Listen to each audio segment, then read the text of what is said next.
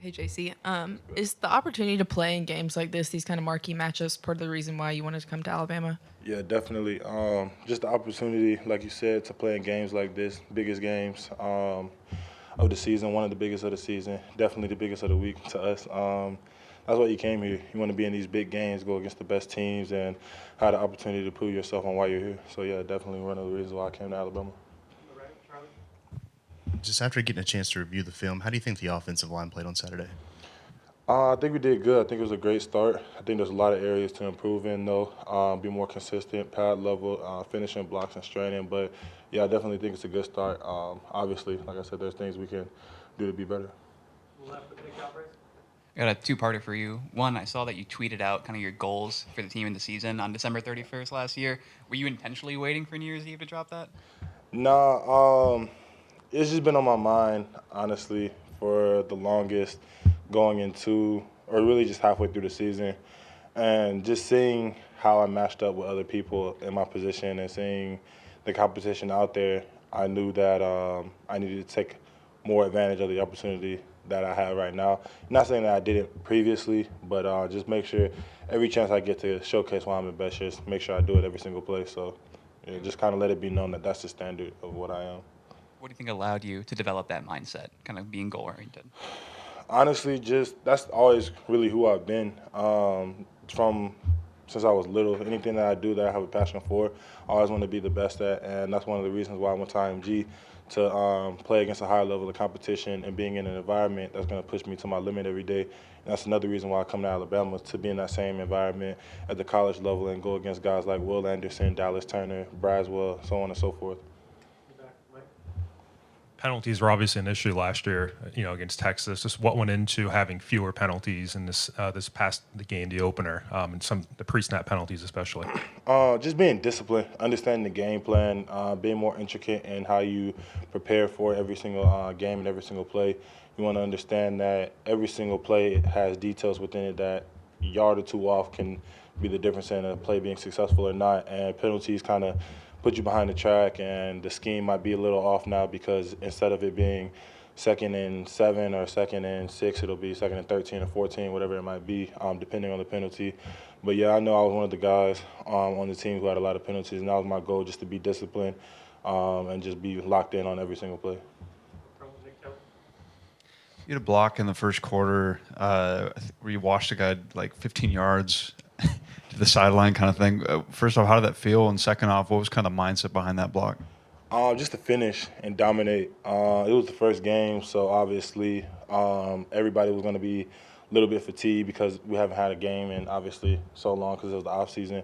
But just to showcase that our goal is to dominate as a unit, and our goal is to be the best out on the field at all times. So just plays like that, just showing that no matter what game, it's the first one or whatever it might be, fourth quarter or overtime, whatever it is, that we're going to dominate every single play. Two-part question. First, yourself stepping into a role as a veteran, how have you seen yourself improve in terms of things off of the field, preparing, watching film, knowing how to watch film and implementing that into your game? Yeah, as far as preparation goes, understanding that there's guys looking up to you and there's guys who may not acknowledge you verbally, but acknowledge your game and how you go about it. So even if I may be able to get away with doing something the wrong way or with the wrong technique, someone else, especially a younger guy, might be looking up to me and saying, okay, if he can do it, I can do it. And you never want to kind of put that mentality into the team. You kind of want to do things the right way, do it how they're supposed to be done, and just create a good environment for everybody so we can all succeed. The second part of that is how have you tried to instill that wisdom into younger guys like, Caden, Tyler Booker, Terrence Ferguson, less experienced guys who are stepping into big roles themselves? Yeah, and I think I really don't think experience kind of has anything to necessarily do with the preparation as much as it might be just the age you are. I know guys like Caden coming in obviously have no experience, but guys like Terrence Ferguson and Tyler Booker have little or a lot of experience. So even though they vary in different experiences, they are all mature and understanding of what they're supposed to do. So just being that guy that they can come to and ask, like, hey, what do you do with this, or how do you get your body prepared for that, whatever the case may be. It's really just the freshmen, because once after that freshman year hits, everybody is all the same essentially. How much improvement have you seen from the blocking abilities of the tight ends, and how do they really help you guys on those short yardage situations? They were always great. Just understanding now that they know exactly where the ball's going to hit, and they're just a lot more aggressive now.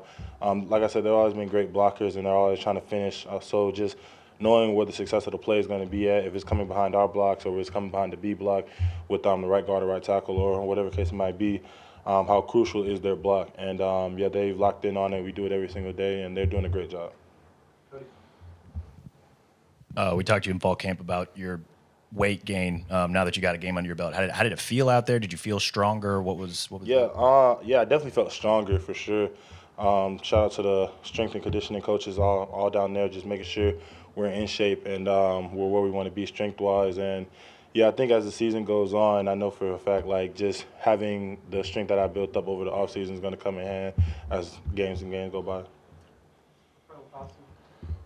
Yeah, on the first touchdown, obviously the ball goes through Jalen's legs, and he ends up running, I believe, around your side on the right.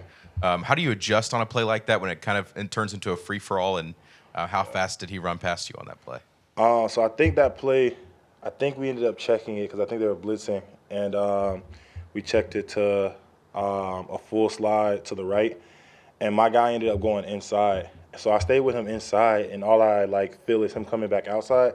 So that's when I think Jalen's going outside, and eventually I see him just break loose. So I'm confused as to why he did it. Obviously, I didn't know what happened or what he saw. And then after the film, I see how it ended up happening. And, yeah, just adjusting to that, just understanding if a defensive guy is seeing something, he thinks he can get inside or maybe stay up the field. Just kind of got to stay with him and understand that if he's going that way, he's probably going that way because that's where the ball is. So just kind of mirroring off of that. It's like playing DB.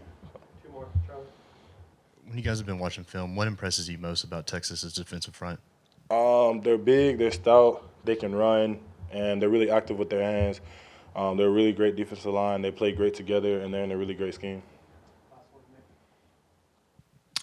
Tyler Booker, I believe, said that he led the team with 7 knockdown blocks, and I think he said you had 5.